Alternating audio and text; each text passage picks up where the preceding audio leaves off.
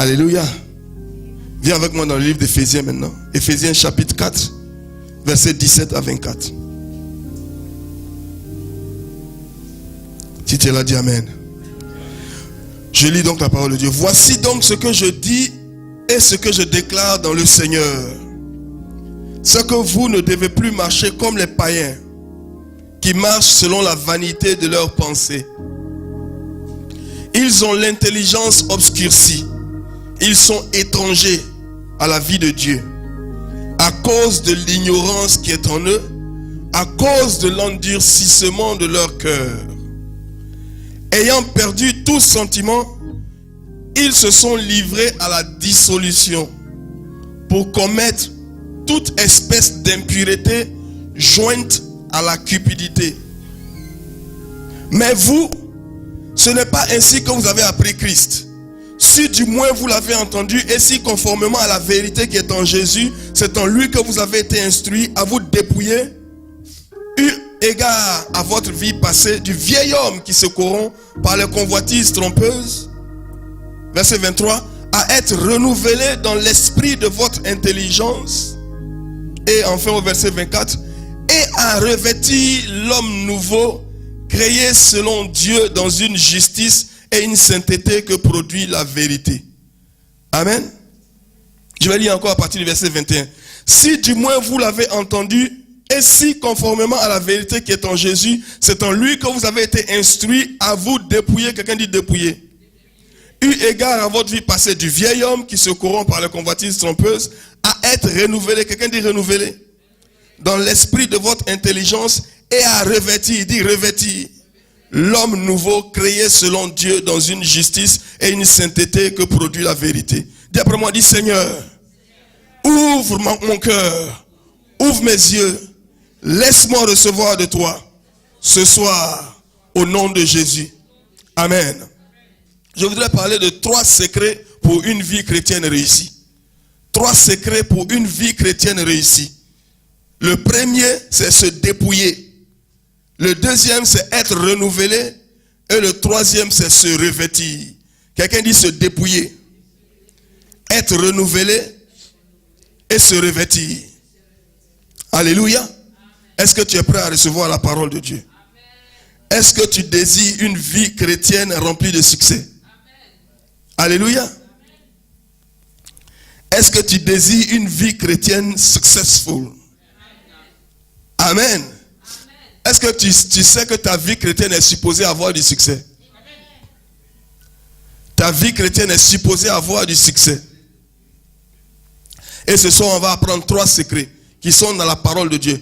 Écoutez, il y a une chose que je voulais dire à tout le monde. Si je dis quelque chose que tu n'as pas entendu, c'est sûr que je vais répéter ça. Donc, il ne faut pas te presser. C'est sûr que je vais répéter. Ça va revenir. Amen.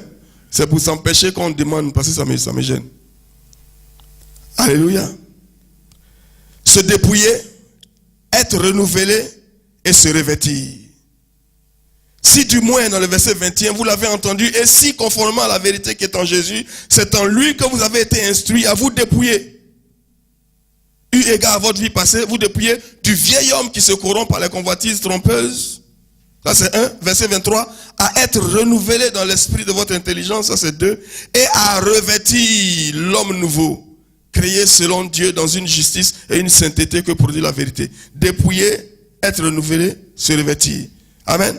La Bible, le même auteur, Paul, nous fait croire que celui qui est en Christ est une nouvelle créature. Que les choses anciennes sont passées et toutes choses sont devenues nouvelles. Et nous sommes suffisamment sages, nous sommes suffisamment intelligents pour comprendre que la nouvelle créature dont Paul parle est une réalité spirituelle. Amen. Quand on devient chrétien, on est réellement devenu une nouvelle créature. À partir du moment où on est devenu chrétien, à la seconde où on est devenu chrétien, on est devenu une nouvelle créature. On n'est pas dans le processus de devenir une nouvelle créature, on est devenu une nouvelle créature déjà. Amen. Je suis devenu une nouvelle créature un jour de septembre 1999. C'est en ce temps-là que je suis devenu chrétien. C'est là que je suis devenu une nouvelle créature. Alléluia. Et cette nouvelle créature n'est pas une réalité physique, mais une réalité spirituelle. C'est-à-dire, moi, spirituellement, je suis quelqu'un de nouveau. Remarquez que je n'avais pas encore mis les pieds dans une église je suis devenu une nouvelle créature sur un lit d'hôpital, à l'hôpital. C'est parce que je suis devenu une nouvelle créature que j'ai rejoint l'église. Conformément à la parole de Dieu qui dit, ceux qui étaient sauvés, ils se sont ajoutés au nombre des chrétiens. Amen. Et cette nouvelle créature est une réalité spirituelle. Spirituellement, je ne suis plus le même. Spirituellement, je suis quelqu'un d'autre. Amen. Et on doit appréhender cette réalité spirituelle. On doit s'accrocher à la réalité spirituelle. Pourquoi? Parce que c'est quelque chose qu'on ne voit pas de nos deux yeux. C'est quelque chose qu'on appréhende par la foi. C'est quelque chose qu'on appréhende par l'Esprit de Dieu. La Bible dit, l'œil n'a pas encore vu, les oreilles n'ont pas encore entendu, il n'est pas encore monté au cœur de l'homme ce que Dieu a pour ceux qui l'aiment. Mais c'est l'Esprit de Dieu qui nous révèle ces choses. Et si tu veux voir la révélation de l'Esprit de Dieu, cette révélation est contenue dans la parole de Dieu. Jean 6, 63, les paroles que je vous dis sont vie et esprit. La chair ne sert de rien, c'est l'Esprit qui donne la vie. Et donc si tu veux que l'homme, la nouvelle créature en toi, ait la vie, il faut que tu l'abreuves à la source de la vie qui est la parole de Dieu. Et il faut que tu t'accroches à la révélation spirituelle de qui tu es spirituellement. Amen. La foi devient donc un outil très important par lequel nous sommes capables de saisir cette réalité spirituelle et d'en tirer les bénéfices. Dieu dit, mon juste vivra par quoi? Par la foi. Mon juste vivra par la foi, ça ne veut pas dire mon juste marchera, fera des choses, des gestes physiques par la foi. Non, il veut dire la source de vie de mon juste est la foi. C'est de là qu'il tire la vie. C'est de là qu'il vit. Il vit par la foi. Il vit au moyen de la foi. Il se nourrit de la foi. Or, la foi vient de ce que... Et ce qu'on entend vient de la parole de Christ. En d'autres termes, la foi elle-même se nourrit à la parole de Dieu. Alléluia. La foi devient donc un outil important par lequel nous sommes capables de saisir la réalité spirituelle et en tirer les bénéfices. La foi est nécessaire parce que beaucoup de choses viendront contredire la réalité de notre identité spirituelle. Si tu n'as pas la foi, tu es désespéré. Parce que tout autour de toi et toi-même, la chair en toi, a tendance à nier la réalité de qui tu es spirituellement.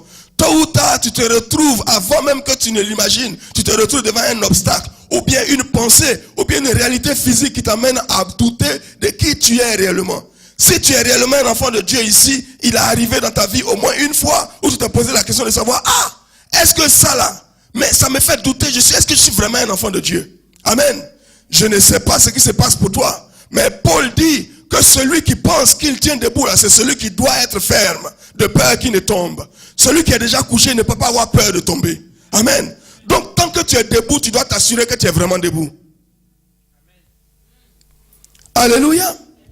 Tes péchés vont venir te rappeler que l'identité spirituelle, l'identité de Dieu en toi est spirituelle. Tes faiblesses vont venir te rappeler. Il y a une sœur qui m'a dit une fois, parce que Dieu l'utilise dans le domaine des dons spirituels, surtout les dons de révélation.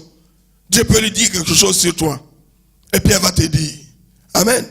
Une fois elle est venue me voir toute confuse, pasteur, mais j'ai péché. Et je suis dans la dépression. Parce que je me demande si Dieu peut toujours m'utiliser dans le don qu'il m'a donné. Amen. Je lui ai dit, tu as surpris Dieu quand tu as péché? Il y a une provision pour les enfants de Dieu qui ont péché dans la parole de Dieu. Il dit, si tu confesses ton péché, lui il est juste et fidèle pour te pardonner et pour te laver, te purifier de toute iniquité. Confesse ton péché à Dieu, détourne-toi et marche avec l'assurance que Dieu peut t'utiliser plus qu'il t'a utilisé avant. Amen. Alléluia. Parce que regarde, à la fin du compte, tout va dépendre de toi. Tout va dépendre de toi. Il a donné la foi à chacun d'entre nous selon la mesure qu'il a décidé que tu dois avoir. Il faut utiliser ce que tu as. Il faut t'arrêter avec tes deux pieds et utiliser ta foi. La foi est nécessaire parce que beaucoup de choses viendront contredire la réalité spirituelle en nous. Nous vivons par la foi. Nous marchons par la foi. Alléluia. Et nous devons tout faire par la foi. Il faut avoir une foi radicale. Amen. Et Jacques nous apprend que la foi sans les œuvres est morte.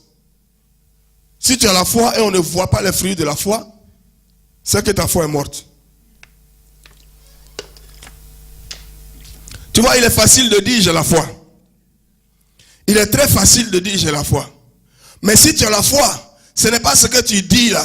Ce n'est pas quand tu dis j'ai la foi là, qui va faire qu'on va savoir que tu as la foi. On n'a pas besoin que tu dises que tu as la foi. On a seulement besoin de te regarder vivre. Pour que tes actions authentifient la foi que tu as. Authentifier, ça veut dire rendre, déclarer authentique. Authentique, ça veut dire originel, qui n'est pas photocopie. Amen. Donc tes actions vont authentifier la foi, vont venir dire la foi que tu as là, c'est une vraie foi ou bien c'est une fausse foi. J'ai un enseignement, un christianisme authentique. Dedans, je parle des faux chrétiens, la fausse foi. Il y a une fausse foi, il y a une fausse repentance. Il y a beaucoup de faux chrétiens. Et le pire, c'est que beaucoup de faux chrétiens pensent qu'ils sont des vrais chrétiens. Amen. Donc, il faut que ta foi authentifie ta confession. Tes actions sont la preuve de ta foi. Ta foi doit être authentifiée, elle doit être prouvée par tes actions. Regarde, tu dis je suis chrétien, mais tu vis comme le diable. Comment tu veux te convaincre toi-même que tu es chrétien et convaincre les autres que tu es chrétien? Amen. Est-ce que tu sais que tu dois te convaincre que tu es chrétien? Est-ce que tu sais que tu dois arriver à un moment de ta vie pour te dire, ah, moi je suis convaincu que je suis un enfant de Dieu. Parce que je connais le vieux moi. Amen. Donc ta foi doit venir authentifier, tes actions doivent venir authentifier ta foi. Alléluia. C'est très important. C'est très important. En d'autres termes, tu ne peux pas te proclamer chrétien et vivre comme un païen. Alléluia. Tu ne peux pas dire tu es chrétien et tu vis comme un païen. En ce moment-là, tu n'es pas chrétien, tu es païen, mais tu te trompes. Alléluia. Il faut que les actions soient en accord avec la confession, avec la foi. Quand tu dis que tu es chrétien, on s'attend à un certain nombre de choses de toi. On s'attend à un certain nombre de choses de toi. La dernière fois, je rigolais avec des gens, je leur disais, regarde, il y a des gens, si au travail ou bien à l'école ou bien entre les amis, ils disent je suis chrétien, tout le monde va tomber. Ils vont dire you, don't start. Amen. Ils vont dire you are Christian. J'ai un collègue pasteur là, je suis sûr que William se moque de lui. Il lui dit ça pour l'énerver. Mais j'ai un collègue pasteur, le pasteur à KICC, on travaille à Acne ensemble. Et chaque fois que William c'est notre manager, chaque fois que je suis avec l'autre pasteur, William me dit, Emmanuel, c'est un faux pasteur. C'est toi qui es le vrai pasteur. Emmanuel, c'est un faux pasteur. Je ne sais pas ce qu'Emmanuel lui a fait. Toujours il dit ça. J'ai dit non, unless Emmanuel is Nigerian, that's why. Alléluia.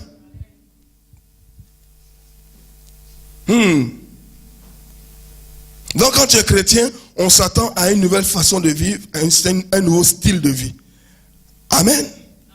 Verset 17 dit ici, voici donc ce que je dis et ce que je déclare dans le Seigneur. C'est que vous ne devez plus marcher comme les païens qui marchent selon la vanité de leur pensée. Voici donc, le livre d'Éphésiens et la plupart, toutes les lettres de Paul sont organisées de cette manière. On peut les diviser en deux, pas les lettres, chacune des lettres peut être divisée en deux parties. Doctrine et puis ensuite application. Doctrine d'abord, ensuite application. Ici au verset 17, il dit voici donc. Amen. Quand on dit donc, c'est que le discours a commencé il y a un peu longtemps. Alléluia. Et tout ce qu'il a dit depuis le premier chapitre jusqu'au chapitre 4, verset 17, il est en train d'expliquer d'abord la doctrine de l'église, des chrétiens. Qu'est-ce que c'est qu'un chrétien? Qu'est-ce que c'est que l'église? Et il dit maintenant, à la lumière de tout ce que j'ai dit, comme vous avez compris tout ce que j'ai dit, maintenant, voici la partie pratique. Alléluia. Doctrine vient d'abord. Enseignement vient d'abord. Comprendre est important. Alléluia. La foi vient d'abord. La réalité spirituelle vient d'abord. Ce n'est pas tes actions qui vont faire de toi une nouvelle créature. C'est ta foi sur la base de ce que tu as été enseigné qui vont faire de toi une nouvelle créature. Et tes actions vont prouver ton identité. Amen. Vous ne devez plus marcher comme les païens. Nous ne pouvons pas vivre dans une situation ni chrétienne ni païen. Amen. Nous devons nous décider. Nous devons nous décider. Et la Bible dit, les païens qui marchent selon la vanité de leurs pensées. Vain, ça veut dire qu'il n'a pas de substance. C'est vain, il n'y a rien dedans.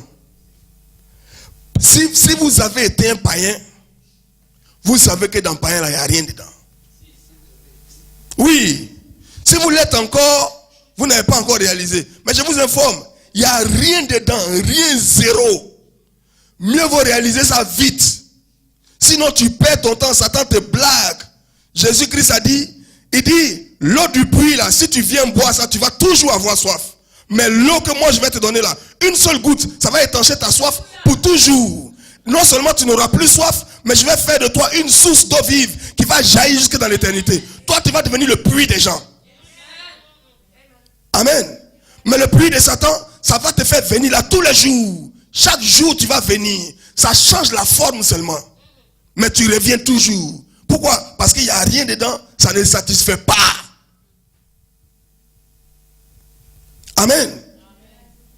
La vanité de leurs pensées. Leurs pensées sont vaines. Tu vas dans leurs pensées, tu fouilles, il n'y a rien dedans, il n'y a rien de solide, il n'y a pas de fondement. Ils ont bâti leur vie sur du sable.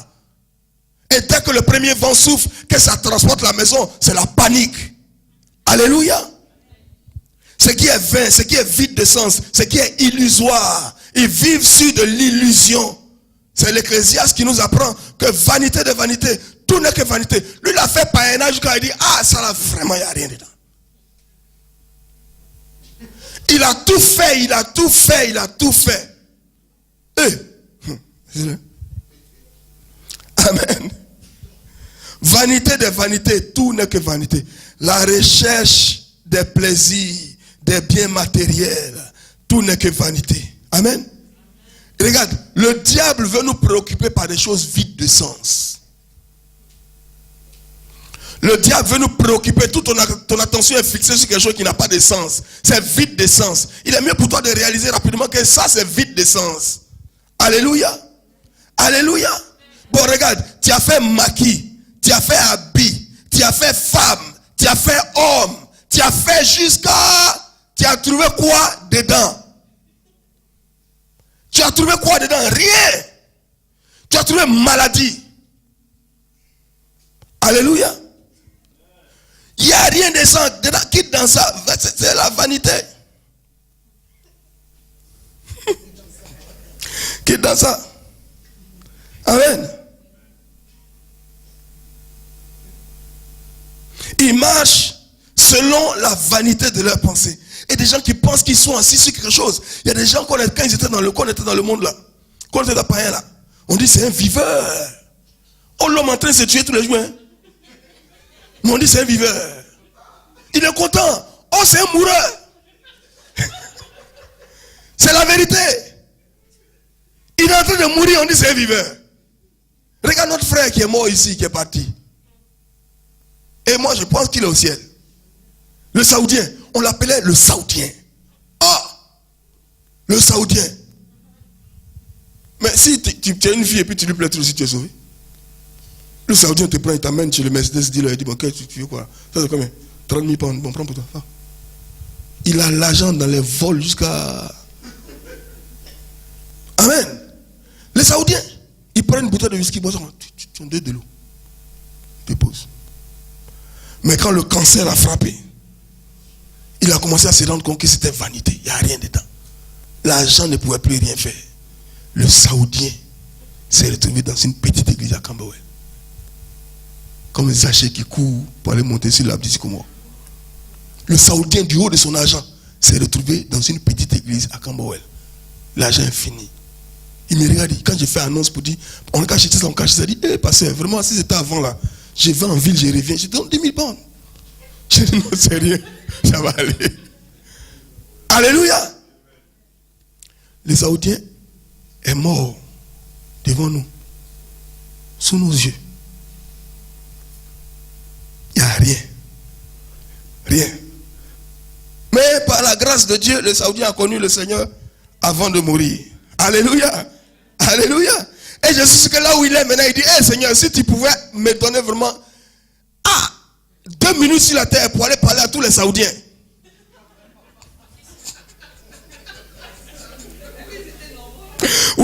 il avait des équipes. Il dit, Seigneur, donne-moi seulement 2 secondes, je vais descendre pour réunir les Saoudiens, faire une seule croisade des Saoudiens, puis ils retournent. Mais le Seigneur dit, ils ont les pasteurs là-bas. Ils ont les prophètes là-bas. S'ils ne les écoutent pas là, même si tous ceux qui sont morts avant eux vont là, ils ne vont pas les écouter. Il faut les laisser. Alléluia. Verset 18, ils ont l'intelligence obscurcie. Leur intelligence est rendue obscure. Leur pensée est rendue obscure.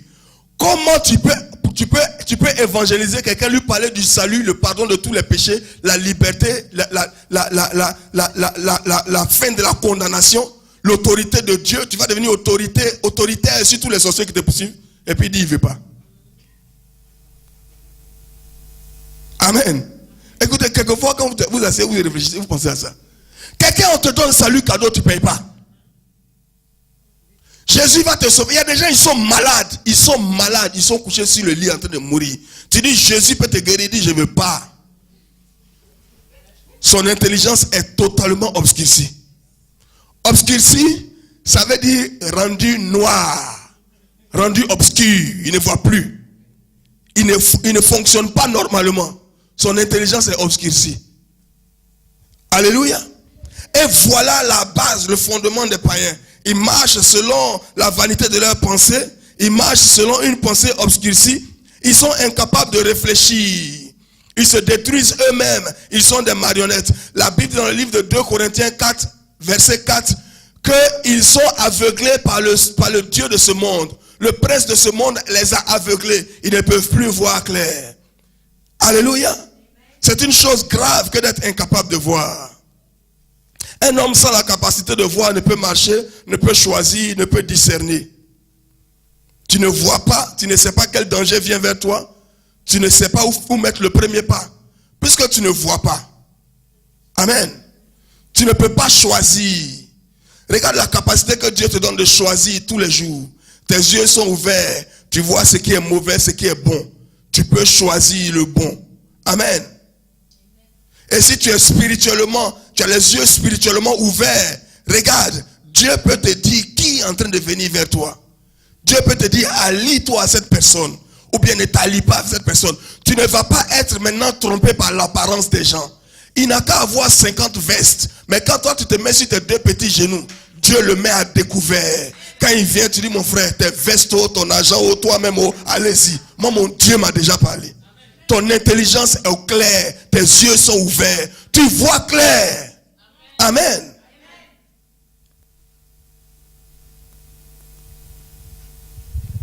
Alléluia. Et tu peux éviter les pièges quand tu vois clair. Amen. Bon, tu es aveugle, tu ne peux pas éviter les pièges. Combien d'entre nous qui se mettent dans les pièges, qui se jettent comme ça, eux-mêmes ils se jettent, ils s'envolent, ils se jettent dans les pièges. Pourquoi? Parce que leurs yeux sont fermés, ils sont aveugles, ils ne peuvent pas discerner le bien du mal. Et tes propres actions t'amènent dans des problèmes. Ce n'est pas les actions des autres, c'est tes propres choix t'amènent dans des problèmes. Pourquoi? Parce que tu n'as pas la capacité de discerner entre le bien et le mal. Tu vois un gros piège et tu viens même les autres viennent te dire ça c'est un piège. Mais comme tu es guidé par l'obscurité de ta pensée, par la vanité de ta convoitise, tu vas te jeter dedans. Et puis après, tu es étonné. Alléluia. Ça c'est les païens. Ça c'est les païens. La Bible dit quoi? Ils sont étrangers à la vie de Dieu. Ils sont totalement étrangers à la vie de Dieu. Vous voyez? Ils sont étrangers à la vie de Dieu, mais nous avons la vie de Dieu. Nous avons la vie de Dieu. Amen. Il y a 2 mots pour la vie dans le Nouveau Testament. Il y a le mot Zoé, puis il y a le mot Soué. Il y a plus que ça. Mais il y a la vie de l'âme, la vie comme ça là. Et il y a la vie Zoé, la vie de Dieu. Alléluia. La vie de Dieu, c'est la vie que Dieu donne, c'est le Saint-Esprit en nous. La vie de Dieu est en nous. Celui qui a cru au Fils est passé de quoi? Est passé de la mort à la vie. Maintenant, il n'est plus mort, mais il est parmi les vivants. Notre Dieu n'est pas le Dieu des morts, il est le Dieu des vivants. La vie de Dieu est en moi. Si tu es un enfant de Dieu, la vie de Dieu est en toi. Alléluia. comme la vie de Dieu est en toi et la même vie est en Dieu, toi et Dieu, vous avez quelque chose en commun. De sorte que dès que toi tu lis, Dieu lit. Dès que tu délis, Dieu délie. C'est pourquoi il dit, ce que vous lirez sur la terre sera lié dans les cieux. Et ce que vous allez délier sur la terre sera délié dans les cieux. Pourquoi? Parce qu'il y a quelque chose, on a quelque chose en commun. On marche dans une relation symbiotique. On est en symbiose. Amen. Je suis le représentant diplomatique du royaume des cieux sur la terre. Le livre de Corinthiens m'appelle ambassadeur de Christ. Amen. Je suis un diplomate. Attrape un diplomate ici, mets-le en prison. Tu ne paies pas la prison, on ne peut pas le contenir. Diplomate ne paie pas qu'un seul taxe. Amen. Ils sont étrangers à la vie de Dieu. Ils n'ont pas la présence de Dieu. Ils n'ont aucune idée de Dieu. Le verset 18 dit, ils vivent dans l'ignorance à cause de l'endurcissement de leur cœur. Ils sont dans l'ignorance à cause de l'endurcissement de leur cœur. L'ignorance ne marque pas seulement le manque de connaissance, mais aussi le rejet de la connaissance.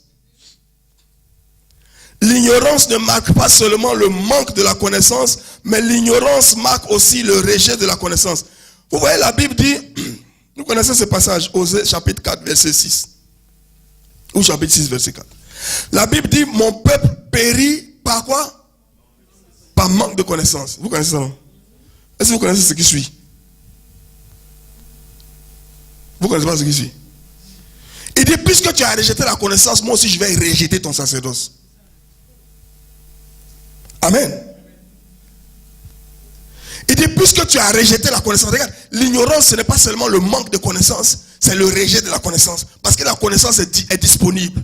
Dieu dit, cherche la connaissance, cherche l'intelligence. Mais l'ignorance, c'est de dire, non seulement je n'ai pas d'information, mais je rejette l'information.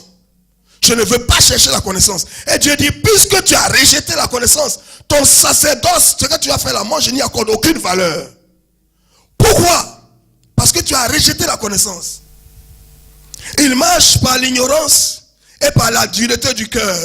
Ils sont insensibles à Dieu. Ils ne reçoivent pas les choses de Dieu. Ils sont ennemis de Dieu. Amen. Et dans le verset 19, la Bible dit quoi? Ayant perdu tout sentiment, ils se sont livrés à la dissolution. Tu vois, c'est graduel. Plus ils continuent dans leur ignorance, plus ils continuent dans leur endurcissement, plus ils s'enfoncent. Plus leur cœur devient insensible. La Bible dit quoi? Ayant perdu tout sentiment, ils ne ressentent plus. Tu sais, si tu continues dans les mauvaises choses, le danger c'est quoi? Tu vas arriver à une étape où maintenant même tu ne pourras même plus aimer les bonnes choses. Tu vas t'enfoncer à tel point que tu vas devenir insensible à ce que Dieu veut. Amen. Ton cœur ne va plus battre. Alléluia. Il dit, ayant perdu tout sentiment, ils se sont livrés à la dissolution. La dissolution, c'est le dernier degré. Il n'y a plus de recours. La dissolution. Pour commettre toute espèce d'impureté jointe à la cupidité. Alléluia.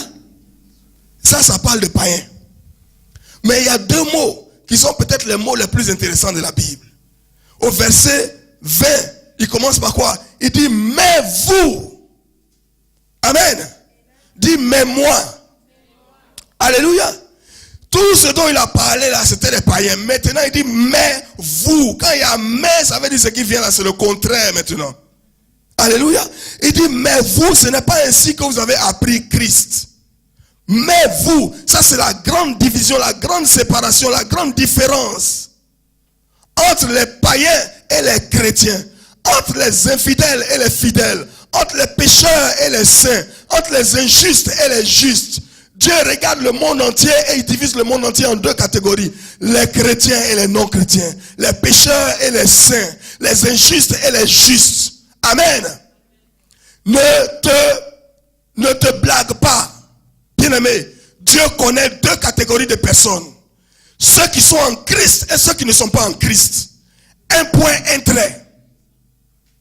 Dieu divise le monde en deux catégories. Pas les catholiques et les protestants. Non, les chrétiens, ceux qui sont en Christ, qui ont le Christ avec eux, et ce n'est pas wishful thinking, ce n'est pas j'aurais aimé, ce n'est pas je suis assis à l'église, c'est je suis chrétien, le Christ est en moi. Je l'ai, je sais. Tu es dans une catégorie, et les autres ils sont dans une autre catégorie. Tu peux venir t'arrêter ici, faire tout ce que tu veux faire. La chair est capable de produire des choses extraordinaires.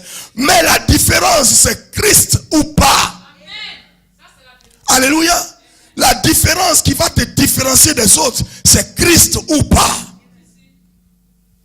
C'est pourquoi nous ne nous confions pas dans les statuts, nous ne nous confions pas dans les signes, nous ne nous confions pas dans les choses extérieures. Non, nous nous confions en Christ Jésus lui seul. Alléluia. Voici la différence. Mais vous, Dieu connaît ceux qui sont en Christ. Dieu connaît aussi ceux qui sont sans Christ. Il dit, mais vous n'êtes pas comme les païens. Il dit, je ne suis pas comme un païen.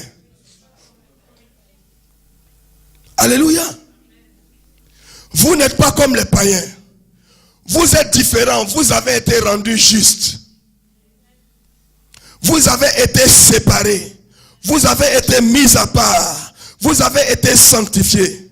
Vous avez été lavés dans le sang de Jésus.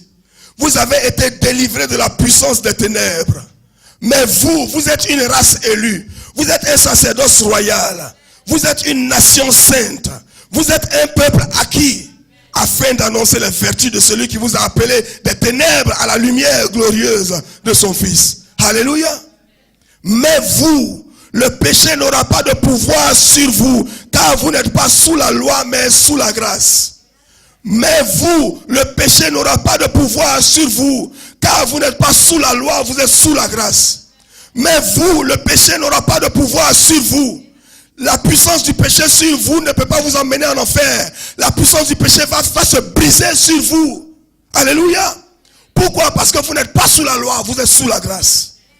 Le péché n'aura pas de pouvoir sur vous. D'où je tiens ça, Romains chapitre 6, verset 14. Mais vous, le péché n'aura pas de pouvoir sur vous. Parce que vous n'êtes pas sous la loi, vous êtes sous la grâce. Alléluia.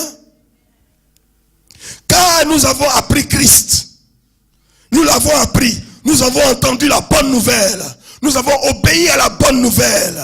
Nous l'avons reçu comme notre Seigneur. Nous le servons. Nous l'avons reçu comme notre Sauveur. Nous comptons sur lui pour notre salut. Alléluia. Mais Christ n'est pas seulement notre Seigneur et notre Sauveur. Christ est aussi notre exemple. Christ est aussi notre modèle. Nous voulons, Paul dit, présenter chaque chrétien parfait en Christ. Nous voulons présenter chaque chrétien comme une photocopie de Christ. Nous voulons dire au monde qu'il y a encore des Christ sur la terre, qui marchent comme Christ, qui pensent comme Christ, qui vivent comme Christ et qui font ce que Christ faisait. Alléluia. Christ est aussi notre exemple. Il est notre modèle de conduite. Je veux que tu penses à ça partout où tu vas, dans tout ce que tu dis, dans tout ce que tu fais, dans toutes tes actions, dans toutes tes pensées, dans tous tes choix. Pense à ceci. S'il y a une chose que tu veux retenir d'aujourd'hui, dis Christ est mon modèle. Christ est mon modèle. Christ est mon exemple. Amen. Et juge toutes tes actions à la lumière de l'exemple de Christ. Amen. Vous voyez pourquoi Christ est venu sur la terre? Amen. Le Christ est venu sur la terre pour nous sauver. Tout le monde sait ça. Alléluia. Lui seul pouvait nous sauver. Il est venu sur la terre pour nous sauver. Mais il est venu nous montrer ce que nous sommes en réalité. Il est venu nous montrer ce qu'on a perdu.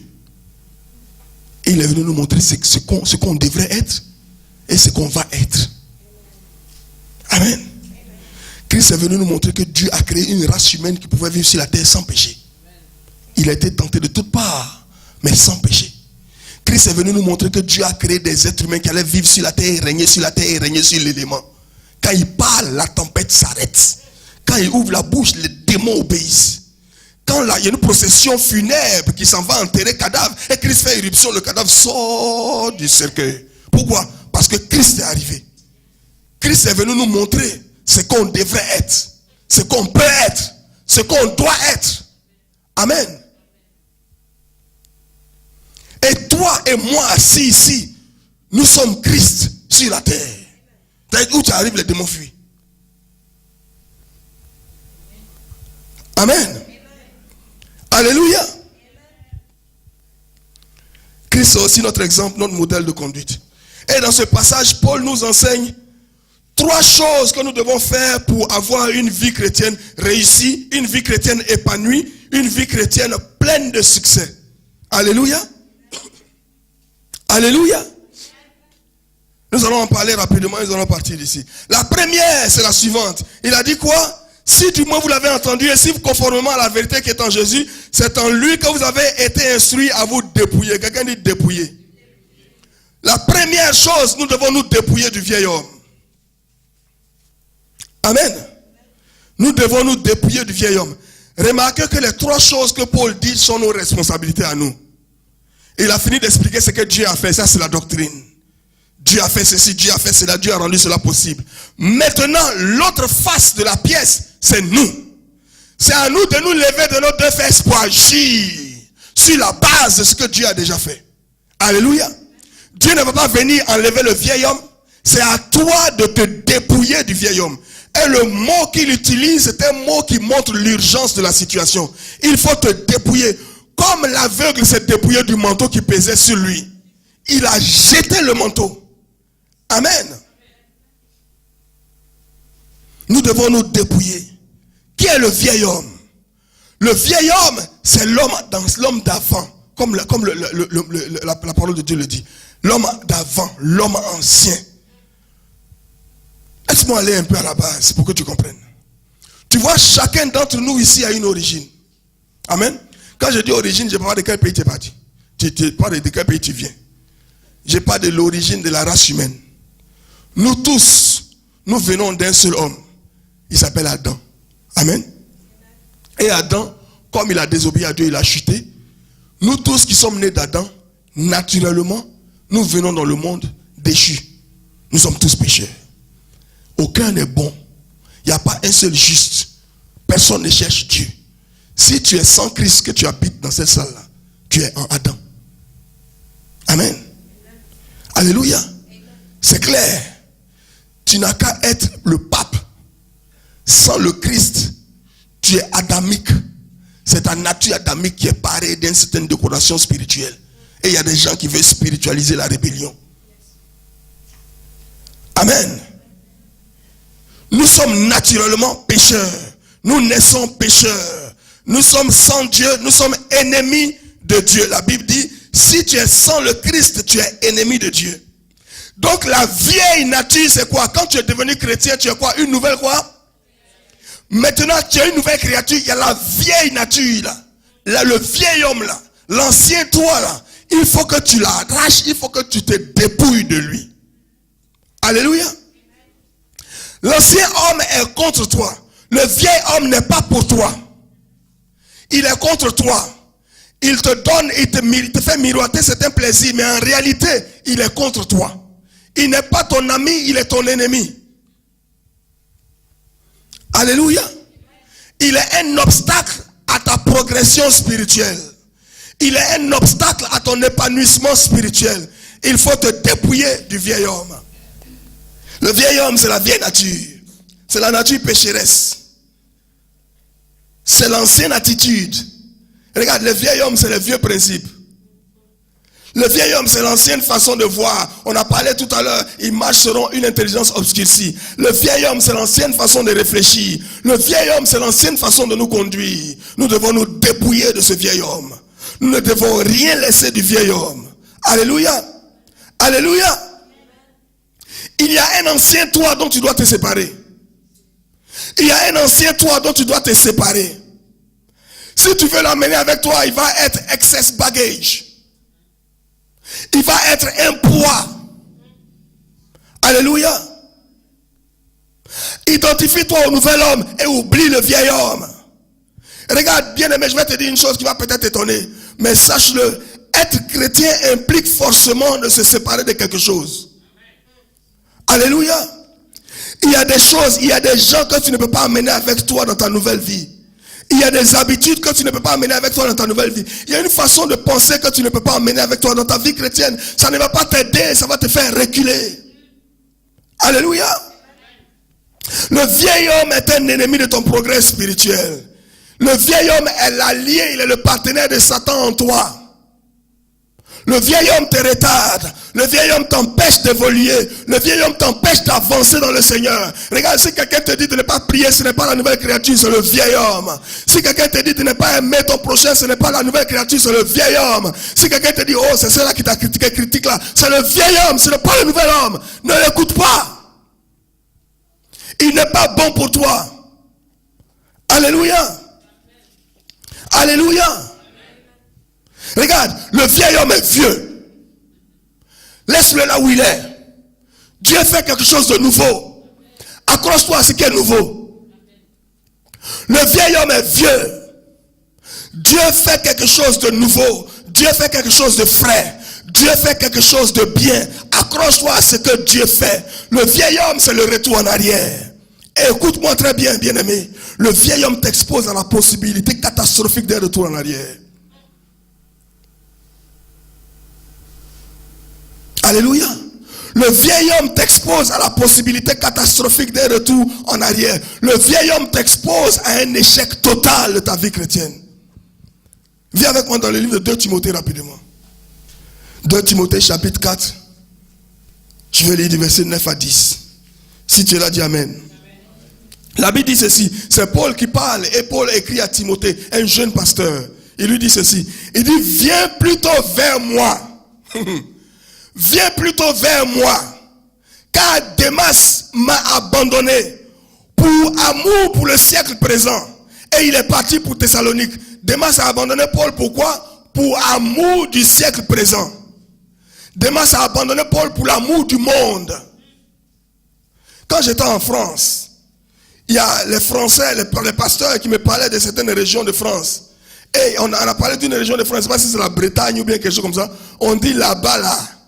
Ah, pour aller là-bas, il faut que Dieu t'a appelé vraiment. Il t'a appelé en Bretagne. Parce que c'est le haut lieu des boules de cristal, des féticheurs, les féticheurs de blanc là.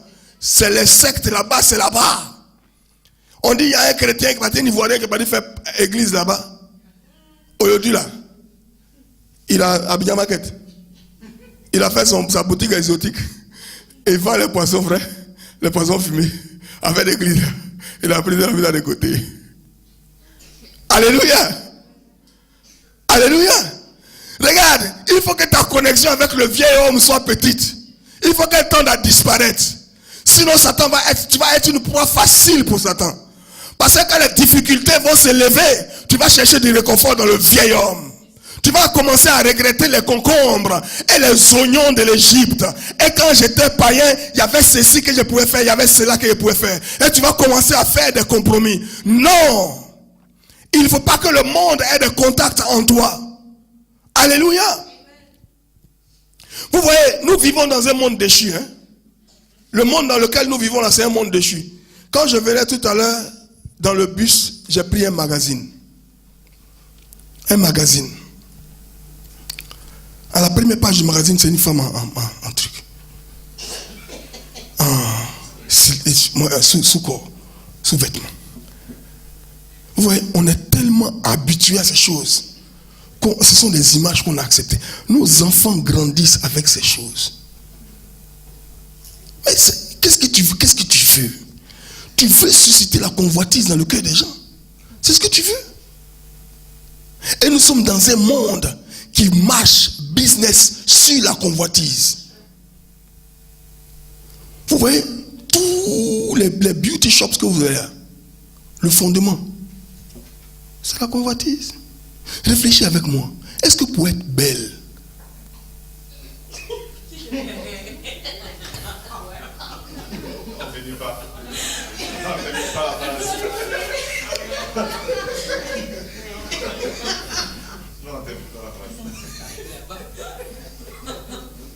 non mais est-ce qu'on est obligé? Est-ce qu'on va mourir? Amen. Moi je regarde les femmes juives. Quand je vois les femmes juives. Vous les regardez, vous savez qu'elles sont juives. Mais elles vivent bien. Et puis il n'y a pas beaucoup de célibataires là-bas. Ouais.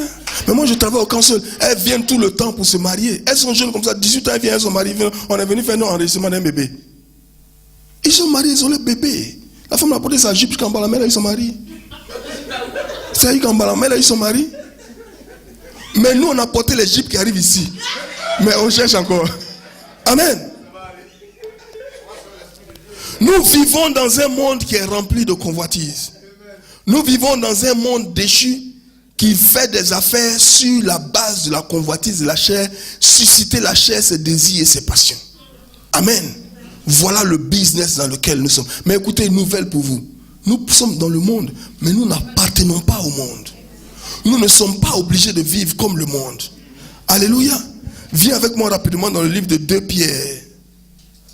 Je vais lire des passages qui vont t'aider. 2 Pierre, chapitre 2.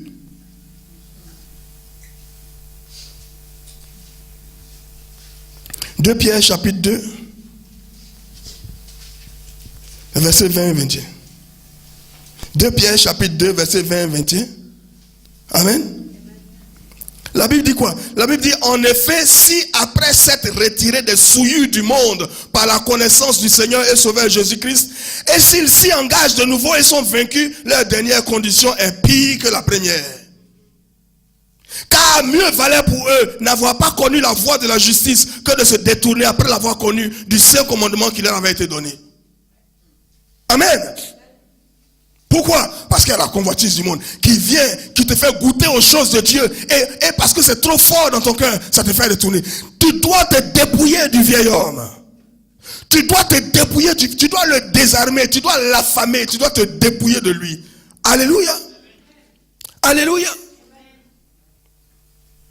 Vous voyez, nous sommes tellement dans un monde déchu qu'il y a même des églises qui ne sont même plus capables de faire la différence entre ce qui est du monde et ce qui n'est pas du monde.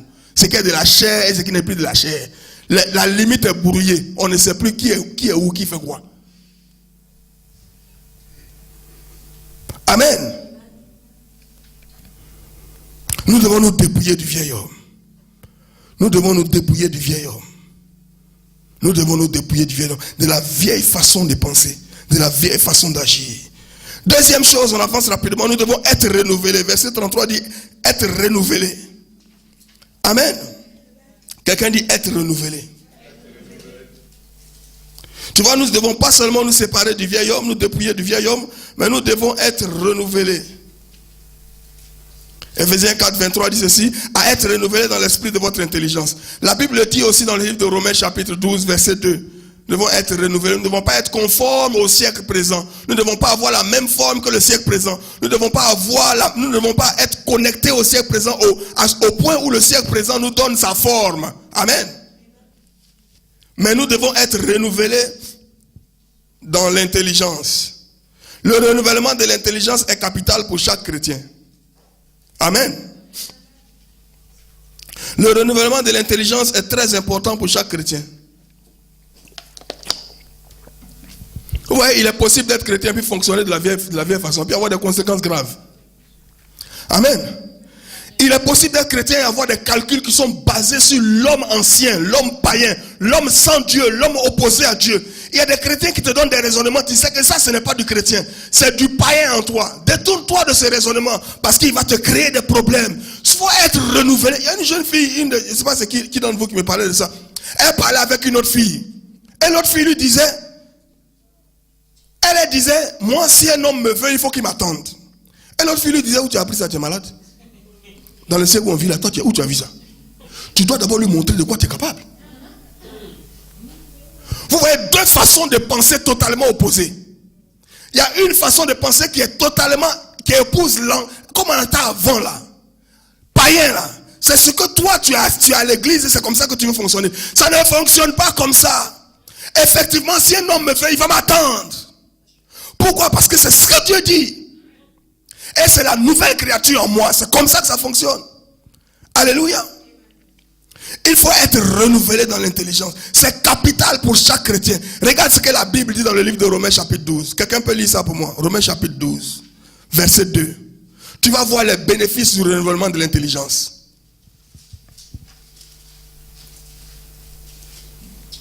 Romains chapitre 12, tu es là? Ne vous conformez pas au siècle présent. Ne vous conformez pas au siècle présent. Mais soyez transformés par le renouvellement de l'intelligence. Pourquoi? Afin que vous discerniez quelle est la volonté de Dieu, ce qui est bon, agréable et parfait. Donc si tu renouvelles ton intelligence, tu vas discerner ce qui est quoi? Ce qui est la volonté de Dieu. Est-ce que quelqu'un ici n'a pas envie de découvrir la volonté de Dieu pour lui?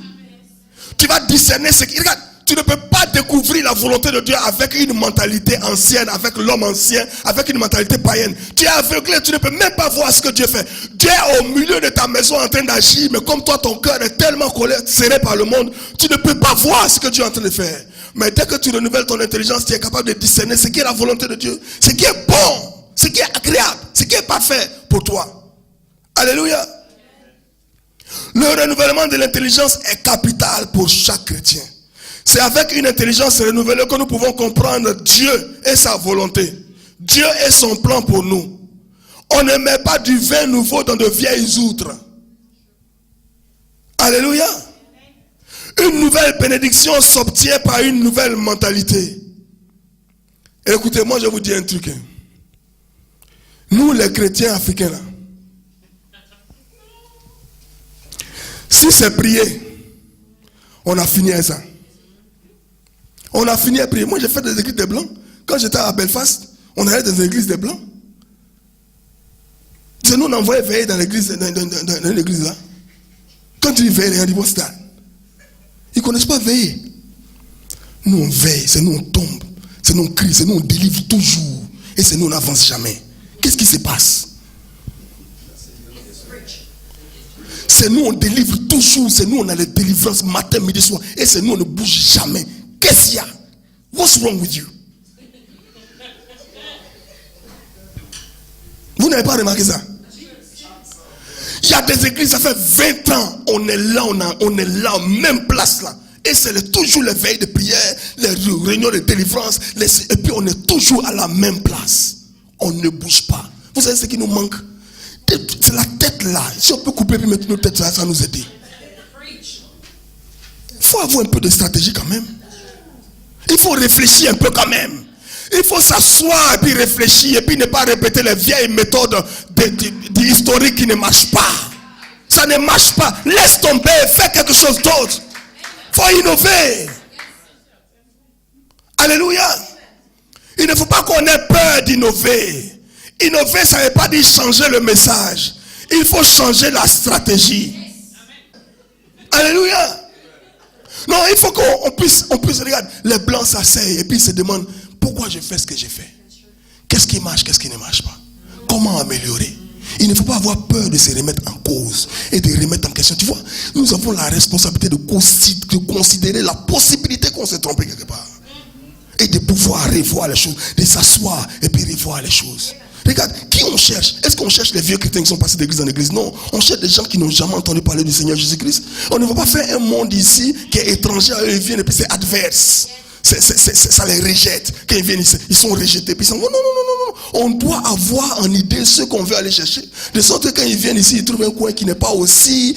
Mais si on est toujours dans les bégués là, quel blanc qui va venir s'asseoir ici? Ils sont à l'église là-bas, les églises sont remplies de noirs, de bêtés seulement. Église de bêtés, église de guerre, église de ceci. Aucun blanc ne vient dans l'église. Pourquoi? Parce que toujours dans l'église. Ça c'est quoi? Ça va amener l'église. Et les blancs que vous... Dieu vous en amène en Afrique là-bas pour venir ici. Les blancs qui sont là. Vous allez faire quoi?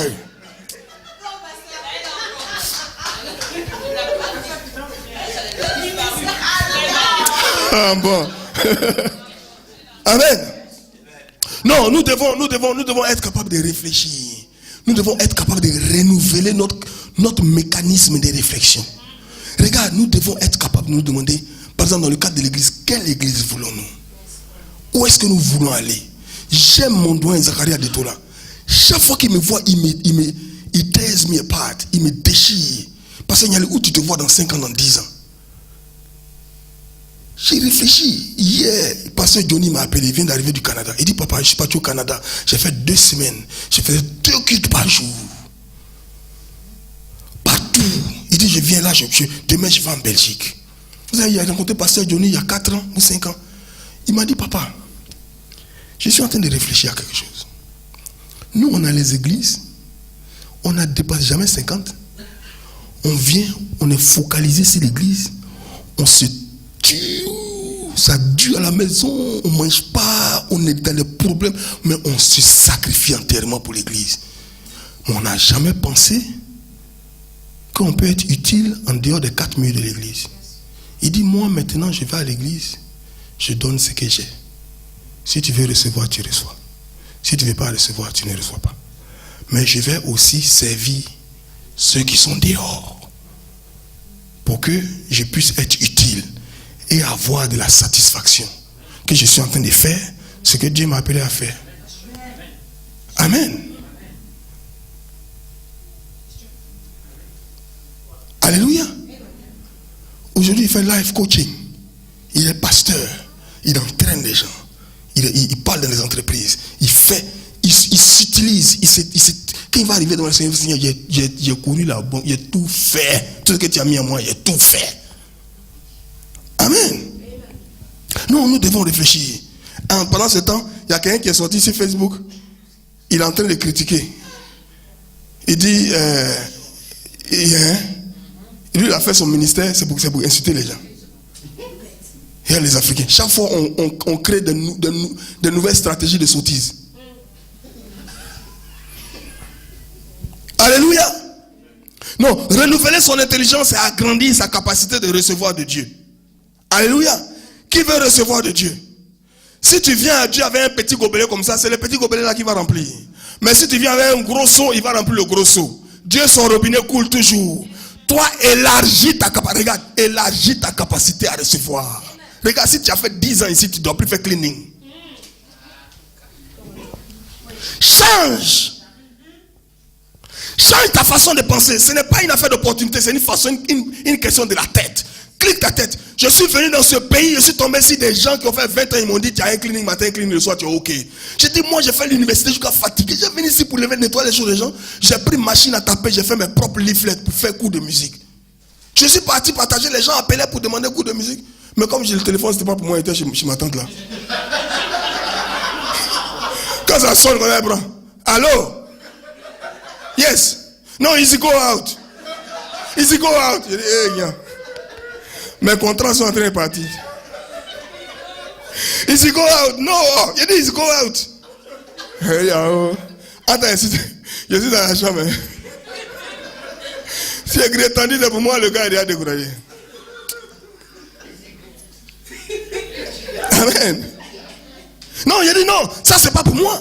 Ça ce n'est pas pour moi. Je sais que là, je me suis débrouillé. En moins d'1 an en Angleterre, j'étais professeur. Alléluia.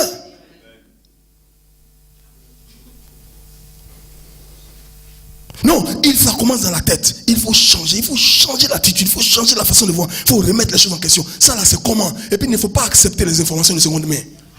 Quelqu'un vient te dire non, on dit. Quitte dans on dit. Va à la source. L'information est disponible. Tu viens, tu dis, ah bon, c'est ce que tu as entendu. Où tu as entendu ça? Moi, je vais aller à la source. Tu vas, tu regardes, tu dis tant. Ah, donc moi, je peux faire tant. Je peux me placer ici. Il y a des gens, ils ont vu l'échec des autres, ils veulent copier ça dans leur vie. Oh, l'autre l'a essayé, il n'a pas fait. Toi, tu connais la situation de l'autre, tu connais ce qui est dans sa tête, tu sais où il veut aller, tu sais ce qui le motive dans la vie, et tu sais ce qui moi me motive. Moi, je vais aller jusqu'au bout, je ne vais pas m'arrêter au milieu. Donc, je vais aller à la source, fouiller moi-même, voir ce que je peux faire et ce que je ne peux pas faire. Est-ce que je peux chercher à améliorer, est-ce que je ne peux pas chercher à améliorer? Alléluia. Ça commence ici. Le renouvellement de l'intelligence est capital. Renouveler son intelligence, c'est agrandir sa capacité de recevoir de Dieu. C'est étendre ses limites. C'est créer l'espace. Plus tu es renouvelé, plus tu reçois. Plus tu es renouvelé, plus tu reçois. Plus tu es renouvelé, plus tu reçois. Ne laisse pas le diable te tromper avec les petites fausses bénédictions. Alléluia. Il faut aller en profondeur. Il faut te remettre en cause. Il faut te poser des questions. Il faut remettre les traditions en cause. Il faut apprendre quelque chose de nouveau. Ta stagnation est due à ton ignorance. tu es bloqué parce que ton niveau d'information t'a amené là où tu es arrivé. Il faut pousser ton niveau d'information. Découvre quelque chose d'autre. Apprends quelque chose d'autre. Investis dans ta connaissance. Investis dans ta tête. Tôt ou tard, tu verras le résultat. Tôt ou tard, tu verras le résultat. Tôt ou tard, tu verras le résultat. Alléluia. Est-ce que vous savez qu'il y a des choses pour lesquelles on n'a plus besoin de prier? Il y a des choses pour lesquelles on n'a plus besoin de prier. Il y a des choses pour lesquelles on a besoin de s'asseoir et réfléchir. Ça là, comment on fait? Il y a des choses pour lesquelles on n'a plus besoin de se fatiguer, de faire des jeûnes. Non. Il y a des choses, on a seulement besoin de s'asseoir pour dire, ça là, qu'est-ce qu'on fait? Comment on fait? Quel est le niveau d'information? Où sont les opportunités? Et puis on rentre seulement dans ce que Dieu dit de faire et puis c'est tout. Alléluia. Dieu dit il y a des choses qu'on va avoir dans notre sommeil. Est-ce qu'il a dit dans notre jeûne? Non. Tu dors et puis il te donne. Oui. Tu dors et puis tu te réveilles le matin, c'est là. Amen. Tout ça, c'est le résultat du renouvellement de l'intelligence. Je pense qu'il faut qu'il fasse un message spécial sur le renouvellement de l'intelligence. Amen. À être renouvelé dans l'esprit de notre intelligence. Notre façon de penser en tant que chrétien doit être différente. Elle doit changer. Elle doit être progressiste. Elle doit innover. Nous devons voir loin. Nous devons voir de grandes choses. Nous devons voir, nous devons renouveler notre façon de réfléchir. Amen. La troisième chose qu'il dit dans le texte, la première c'est nous dépouiller de l'homme ancien. La deuxième c'est être renouvelé dans l'esprit de notre intelligence. La troisième au verset 24, à revêtir l'homme nouveau. À revêtir l'homme nouveau. Quelqu'un dit revêtir.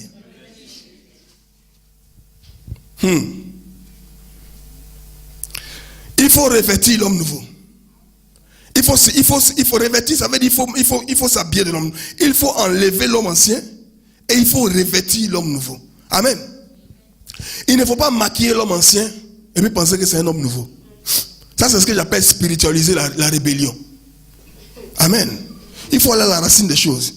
Vous savez qu'il y a des gens qui manipulent, qui spiritualisent la manipulation.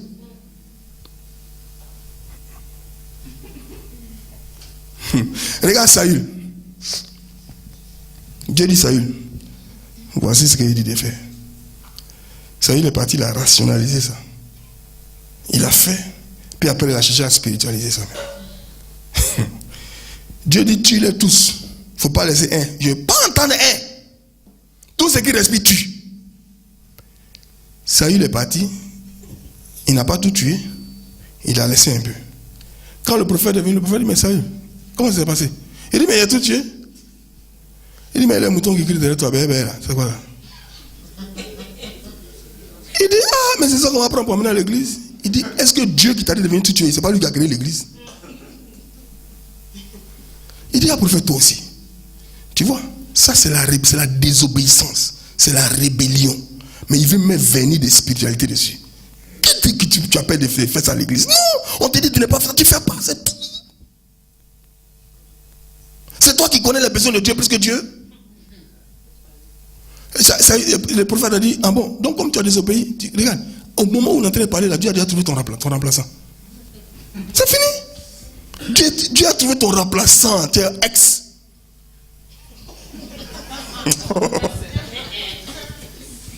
C'est fini, tu es ex déjà. Tu vas monter au ciel, tu es déjà ex. Alléluia. Il faut revêtir l'homme nouveau. Ce n'est pas suffisant de se séparer du vieil homme, des vieux principes corrompus et de se laisser la maison vide. Et la maison vide est dangereuse. Nous devons nous revêtir de nouveaux principes. Nous devons nous revêtir de nouveaux principes. Nous devons adopter de nouveaux principes. Nous devons embrasser de nouveaux principes. Regarde, nous devons écrire sur les tablettes de nos cœurs de nouveaux principes. Ça ne suffit pas simplement d'arrêter de faire du mal. Il faut maintenant commencer à faire du bien. Alléluia. Il faut revêtir l'homme nouveau. Regarde, revêtir l'homme nouveau, c'est quoi? C'est mettre en pratique la parole de Dieu. Revêtir l'homme nouveau, c'est quoi? C'est mettre en pratique la parole de Dieu. Revêtir l'homme nouveau, c'est se discipliner à obéir à la parole de Dieu. C'est se discipliner à agir selon la parole de Dieu. C'est se discipliner à marcher selon la parole de Dieu et rien d'autre. Alléluia. Celui qui met ces choses en pratique, pas celui qui les écoute simplement, mais celui qui les met en pratique, c'est celui-là qui est béni. La nouvelle créature est dans la parole de Dieu. La parole de Dieu, selon Jacques, est le miroir dans lequel on se regarde pour voir qui on est réellement. Amen. Donc, revêtir l'homme nouveau, c'est mettre en pratique la parole de Dieu. C'est en mettant en pratique qu'on développe l'habitude. Laisse-moi te dire ça une fois encore. C'est en mettant en pratique qu'on développe l'habitude. Tu n'as pas encore mis en pratique, arrête de mentir. Et tu veux développer l'habitude de quelqu'un qui ne ment pas. Non, commence à mettre en pratique, je ne mentirai plus. Je ne mentirai plus. Si les petites choses, les petits bonbons que tu as volés, dis c'est moi qui ai volé. Et puis tu petit à petit, et tu développes maintenant l'habitude de ne plus mentir. Mentir devient étrange pour toi. Mentir devient, oh, il a menti. Amen. C'est en mettant en pratique qu'on développe l'habitude. Revêtir l'homme nouveau, c'est quoi? C'est nous renier nous-mêmes et nous soumettre à la volonté de Dieu. Revêtir l'homme nouveau, c'est quoi? C'est nous soumettre, nous renier nous-mêmes, nous prendre nous-mêmes et nous mettre de côté. Et obéir, nous soumettre à la volonté de Dieu. C'est laisser Dieu régner totalement. Amen. Regarde, Dieu est maître plus que tes émotions. Dieu est maître plus que tes coutumes. Dieu est maître plus que ta tradition. Regarde, si tu as fait ta tradition pendant 40 ans, et que c'est aujourd'hui que tu as appris à mettre Dieu dans ta vie, dis Seigneur, donne-moi la grâce de pouvoir marcher selon ta parole. Il ne faut pas laisser Regarde, Dieu, rien n'est impossible à Dieu. Hein? Amen. Dieu peut tout faire, non? Mais la Bible dit, vous avez rendu la parole de Dieu de nul effet. Pourquoi? À cause de vos traditions. Ce que tu prends et puis tu mets au-dessus de Dieu, ça va être plus fort que Dieu. Simple. Dieu est plus fort que toi, hein? Mais si toi tu prends quelque chose, tu mets au-dessus de Dieu, la chose va être plus fort que Dieu. Et c'est pour toi seul. Maintenant, les autres qui ont mis Dieu en haut là, ils vont voir la puissance de Dieu. Ils vont avancer avec Dieu. Amen. Non, il faut revêtir l'homme nouveau. Il faut revêtir l'homme nouveau. Il faut revêtir. Revêtir l'homme nouveau, c'est choisir ce qui va plaire à Dieu plus que ce qui va nous plaire nous-mêmes. Revêtir l'homme nouveau, c'est choisir ce qui va plaire à Dieu plus que ce qui va nous plaire nous-mêmes. Revêtir l'homme nouveau, c'est quoi? C'est nous poser des questions sur ce que nous faisons ou ce que nous disons. Est-ce que c'est de Dieu? Est-ce que c'est de Dieu? Ne faut pas laisser comme ça. Non, non. Est-ce que c'est de Dieu? Alléluia. Revêtir l'homme nouveau, c'est quoi? Que ferait Jésus à ma place? Amen. Revêtir l'homme nouveau, c'est quoi? C'est laisser Dieu vivre à travers nous. Paul dit, ce n'est plus moi qui vis, c'est le Christ qui vit en moi. Et la vie que je mène dans la chair, je la mène par la foi au Fils de Dieu qui s'est livré pour moi. Exchange. Ce n'est plus moi qui vis, c'est Dieu qui vit en moi. Alléluia. Ce n'est pas que je laisse Dieu vivre qu'à un certain moment, et puis boum. Quand ça devient chaud, moi-même, I step out. See me? Alléluia. Revêtir l'homme nouveau, c'est laisser Dieu vivre à travers nous. C'est ne pas supprimer la voix de Dieu. C'est réaliser que Dieu est en nous. C'est nous permettre nous-mêmes d'être des instruments de la justice. Amen. Amen. Amen. Alléluia. Est-ce que quelqu'un a reçu quelque chose cet après-midi? Est-ce que tu peux acclamer le Seigneur? Est-ce que tu peux acclamer le Seigneur? Alléluia. Se dépouiller, être renouvelé, se revêtir. 3 secrets pour une vie chrétienne réussie. Nous allons nous tenir debout. Nous allons remercier simplement le Seigneur pour cette parole. Par la foi, nous allons déclarer que les choses que nous avons entendues aujourd'hui se manifestent et nous verrons et nous voyons les fruits dans nos vies. Amen. Nous allons prier 30 secondes, 1 minute. Ensuite, nous allons donner nos dîmes et nos offrandes. Alléluia. Par la foi, nous allons déclarer, Seigneur, tu as parlé. Et ce que tu as dit est planté dans mon cœur. Et je vois les fruits de ce que tu as dit. Je vois les fruits de ce que tu as dit. Je reçois les fruits de ce que tu as dit. Je reçois la grâce de manifester les fruits de ta parole. Je reçois la grâce de voir l'accomplissement de ta promesse, de ta parole dans ma vie. Amen. Lèvons la voix et commençons à prier ensemble. Lève la voix et commence à prier. Déclare-le. Donne gloire à Dieu. Alléluia.